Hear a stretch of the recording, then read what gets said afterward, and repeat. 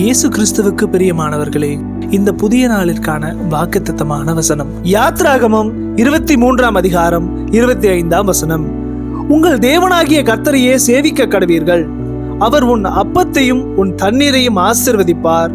வியாதியை உன்னிலிருந்து விலக்குவேன். மோசே இஸ்ரவேல் மக்களை வழிநடத்திய போது அவர்கள் வனாந்தரத்தில் பல கஷ்டங்களை சந்தித்தனர். குடிக்க தண்ணீர் இல்லை, உண்ண உணவு இல்லை என்ற நிலை வந்தபோது அவர்கள் பயந்தார்கள்.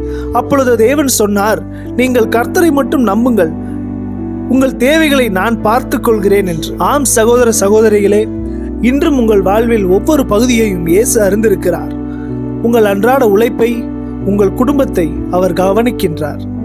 அப்பத்தையும் தண்ணீரையும் ஆசீர்வதிப்பேன் என்பதன் பொருள் உங்கள் உழைப்பில் தேவனுடைய கிருபை என்றென்றும் தங்கியிருக்கும் என்பதுதான்.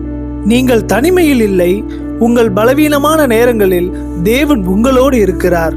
உங்களை வியாதியிலிருந்து காக்கும் வல்லமை கொண்டவர் அவர். அவர் ஒரு நல்ல தகப்பன். உங்கள் குறைகளை நிறைவாக்க அவர் வல்லவராய் இருக்கிறார். இந்த புதிய நாளுக்காக ஜெபிப்போமா?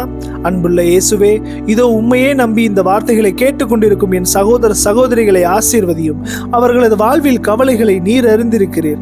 இவர்களது அப்பத்தையும் தண்ணீரையும் இவர்களது உழைப்பையும் நீர் ஆசீர்வதியும். இவர்களது சரீரத்தை தொட்டு எல்லா வியாதி பலவீனங்களையும் உமது கிருபையினால் விலக்கிவிடும்.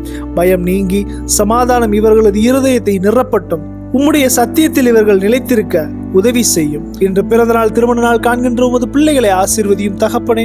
ஸ்கூல் காலேஜஸ்க்கு போகிற பிள்ளைகளை ஆசீர்வதியும். போக்கையும் வரத்தையும் ஆசீர்வதிங்கப்பா. தேவைகள் அநேகமா இருக்குது. இயேசுவின் வல்ல நாமத்தில் தேவைகள் எல்லாம் சந்திக்கப்படுவதாக. முற்றிலுமாய் பேராய் உமது கருத்தில் ஒப்புக் கொடுக்கிறோம். நீரே அவர்களை ஆசீர்வதிப்பீராக. மீட்பரும் அருமை இரட்சகரும் ஆகிய இயேசுவின் வழியாய் ஜெபிக்கிறோம் எங்கள் ஜீவனுள்ள நல்ல பிதாவே, ஆமென்.